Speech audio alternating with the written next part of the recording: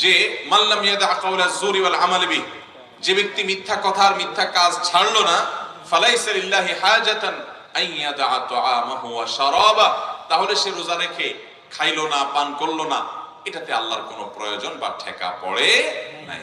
অতএব একটা বিশেষ গুনাহ রমজান মাসে কোনো অবস্থাতেই করা যাবে না, সেটা হলো মিথ্যা। মিথ্যা ছাড়া ট্রেনিং রমজানে আমাদেরকে নিতে হবে, সারা বছর যাতে আমরা সত্যবাদিতার চর্চা করতে পারি। এটা হলো রমজানের স্পেশাল আমল।